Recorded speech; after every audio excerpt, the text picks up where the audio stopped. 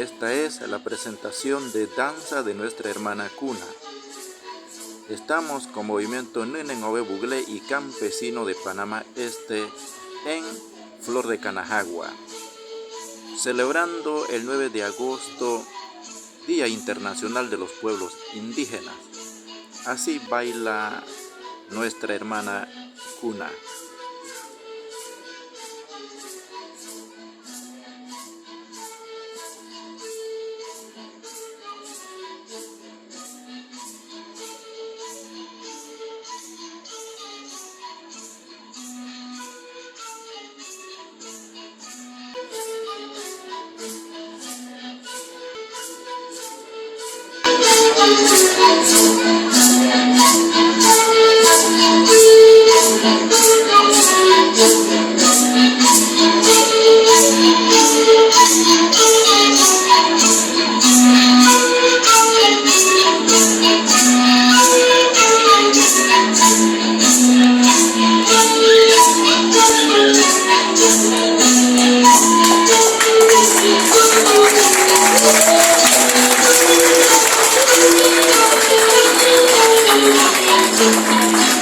Muchísimas gracias por la participación.